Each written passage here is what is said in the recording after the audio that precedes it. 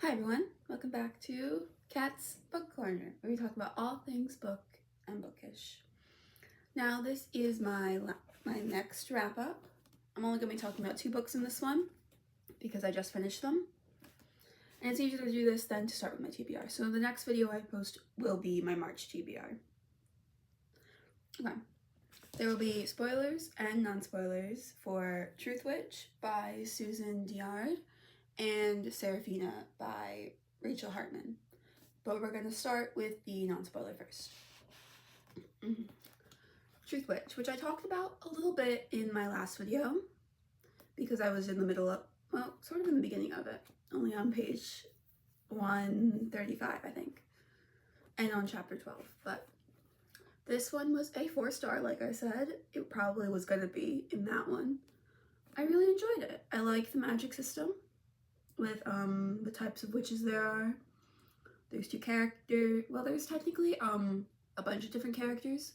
You get the Blood Witch, Merrick, Isolde, and Sophia.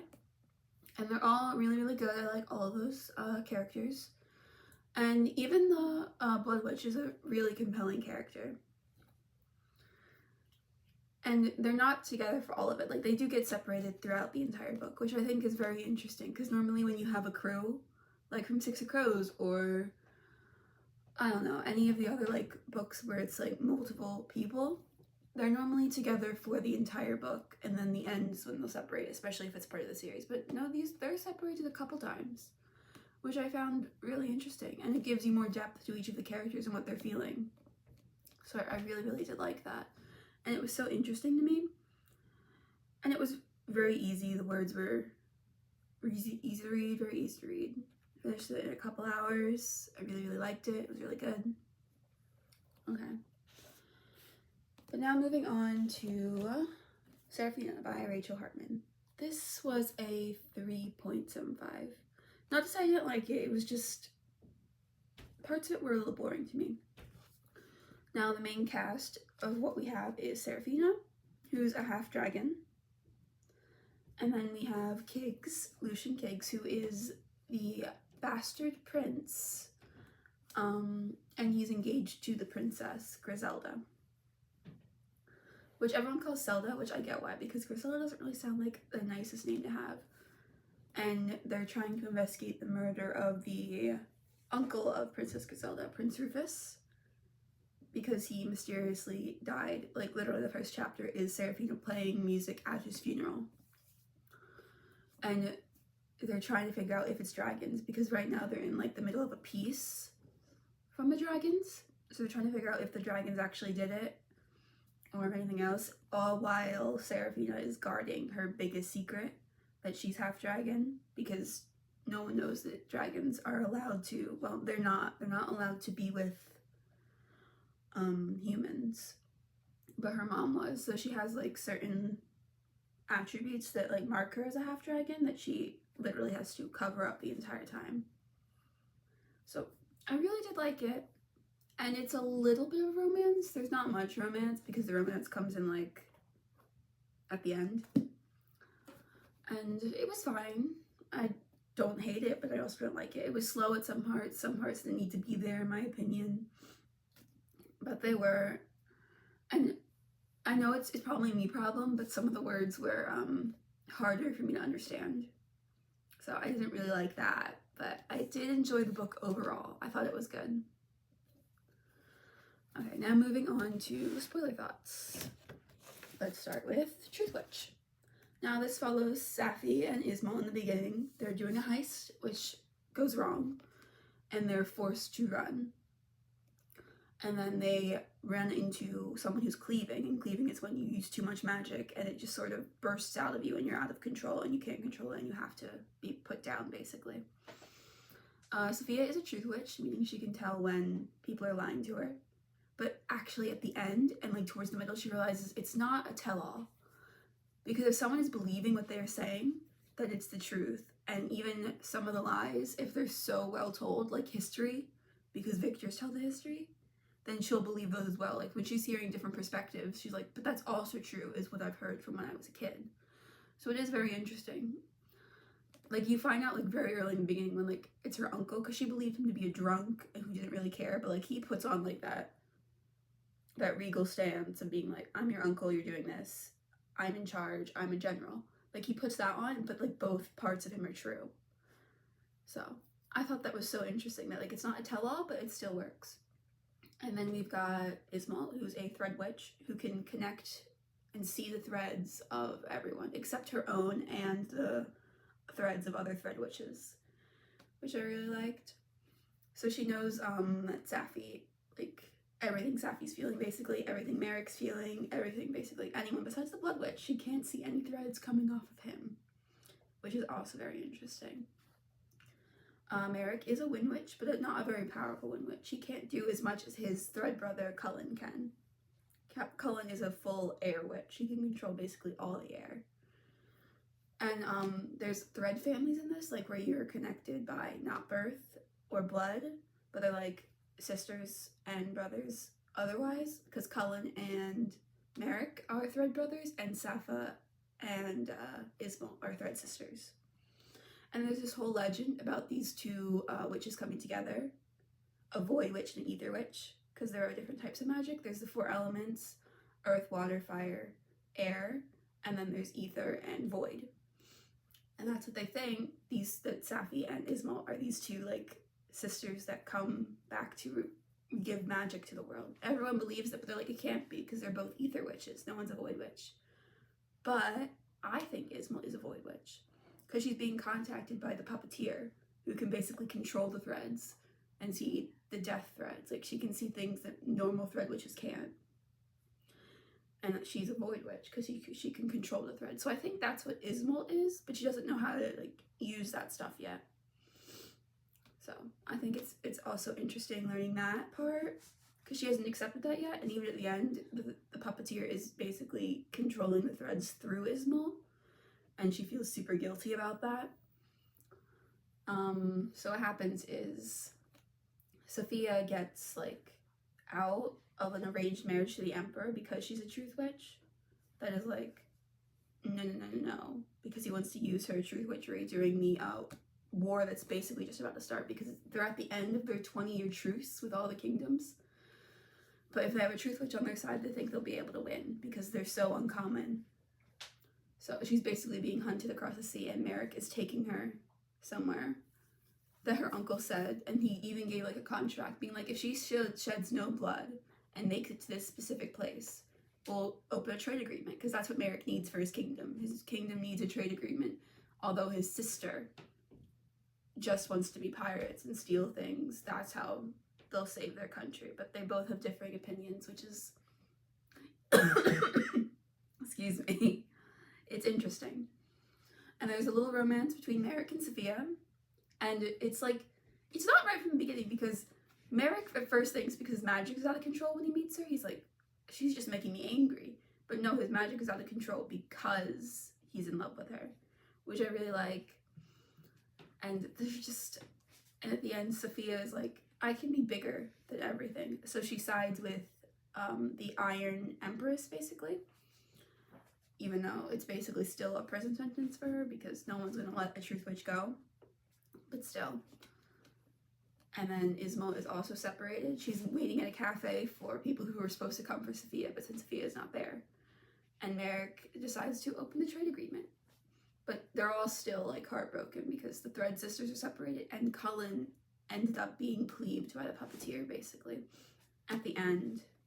So Merrick kind of had to kill Cullen, which kind of hurt.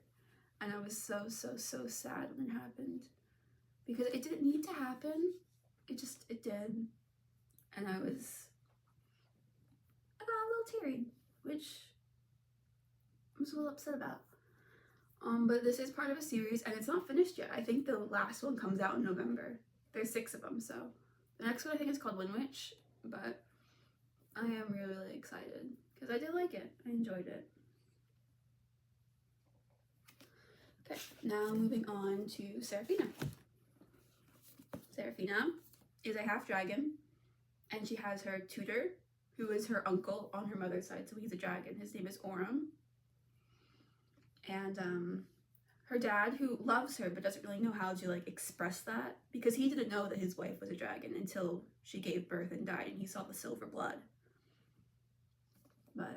And she has like all of these like things inside her head, like different people, and she like gives them names because if they're gonna be so common in her head, she'll give them names. Like there's Fruit Bat and Pelican Man and Miss Fussy Potts and so many others, Loud. And then she's going through her day. She's actually very up in the court, kind of. She works as the assistant musician to, I forget his name, but what is his name? I do know it.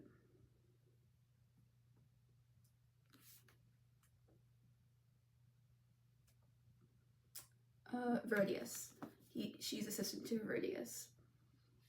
And she is always like up for dragonkind because she is half dragon, even though she has to hide that part of her because they're not supposed to exist. And Orm can't show that he cares about her, even though he really does care about her. Because dragons aren't used to human emotions, but they feel like when they're in human form that they get the emotions of humans. They're like, oh, we have to go back and erase these memories and these feelings when we're in our dragon forms. But Orm doesn't want that. He doesn't want to forget Seraphina. And it's kind of heartbreaking because they literally condemn him at the end. Like, you have to go back home and you have to forget everything. Even your sister, who they call a traitor because she left because she fell in love with a human. And Orm doesn't want to forget her because he loved her. And he loves Seraphina even though he doesn't know how to express certain things. That's just why I love like whenever the dragons are in their human forms, because they don't understand human stuff. They're like, what am I feeling? What's this feeling? Or why did I do that? It doesn't make sense to me, because they're all like analytical and factual. They can't understand emotions, which I really liked. And then there's Cakes, Lucian Cakes, who's trying to figure out the murder of his uncle. And he's trusting Seraphina, but then every single time he fully trusts her, there's something that he can't trust her. And the dragon that they're hunting is basically Seraphina's grandfather from her mom's side and Orm's father. So he gives her like this this like device that if she clicks it, it can bring Orm to her. So she literally lies to the dragon at first, saying, oh, I'm also a dragon, because he can smell that she smells like a dragon, which is interesting. And Cake's like, oh, you lied, that was great. But then she clicks the device and Orm comes, and she was like, I forgot I had it, I didn't lie. And at the end she also tells the dragon right before he flies away that I'm a granddaughter, I'm your daughter's child. At first she doesn't believe her, but then Kiggs is like, you told a lie again, that was great. And she's like, I'm not lying. And she reveals that she has scales on her arm and she has like a band of scales around her waist. And it turns out the people that she's been seeing in her head, Fruit Bat, Miss Fussy Potts, Loud Lad, all those people are actually other half dragons, and they each have different attributes. Like Miss Fussy Potts, who's actually an ambassador, who she sees for the first time like when she's at like a party. She's a tail, and like her stomach can lead her towards things that are happening. And then there's Loud Lad, who has, to be fair, she's a little mad at him because he has one little sliver of dragon scale around him. But he can create like these massive and very unique structures of music and of like weapons of that type of thing. She also meets Abu, who is Fruit Bat, who can basically talk to her in her mind and like see inside of her like mind garden that she has there. She keeps all of these grotesques, and it's so interesting, and I really like it. And then they all have to come together to fight her grandfather, and Orm even comes and he fights him, but because he has human emotions even while in dragon form, he didn't want to hurt Abu, who was like clinging to the other dragon, which ended up getting him very severely injured. And now he has to go on the run because all the other dragons are trying to hunt him. And also at the end of the party, they have to protect the basically ruler of the dragons, who came to celebrate the 40 years of truce that they've had between dragons and humans.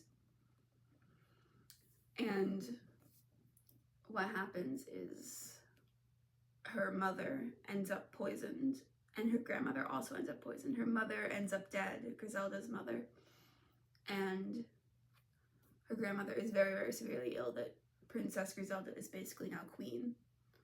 And she basically like has the half dragons on her council. And it's like she's so smart. Like it's very interesting. Her and Lucien are very, very, very intelligent. Which you wouldn't think based on how like they act sometimes, but they really, really are. And it's really, really interesting. I am enjoying it.